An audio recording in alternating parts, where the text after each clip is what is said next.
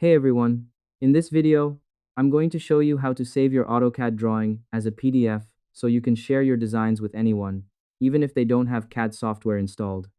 First, open the plot menu. In AutoCAD, saving as PDF is handled through the plotting system, which ensures your line weights and layers translate perfectly to a document format. With your drawing open, click the big A logo in the top left corner and select Print, then Plot. You can also simply press Ctrl plus P on your keyboard to jump straight to the menu. Next, select the PDF printer. AutoCAD includes built-in drivers, specifically optimized for high-quality PDF generation.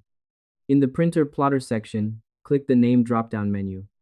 Choose AutoCAD PDF General Documentation, or DWG to PDF, PC3. Select your paper size, like ANSI A or ISO A4 to match your desired print scale. Lastly, define the area and save. Before finalizing, you need to tell AutoCAD exactly what part of the workspace to capture into the PDF. Under What to Plot, change the drop-down to Window. Click and drag a box around the specific part of your drawing you want to export.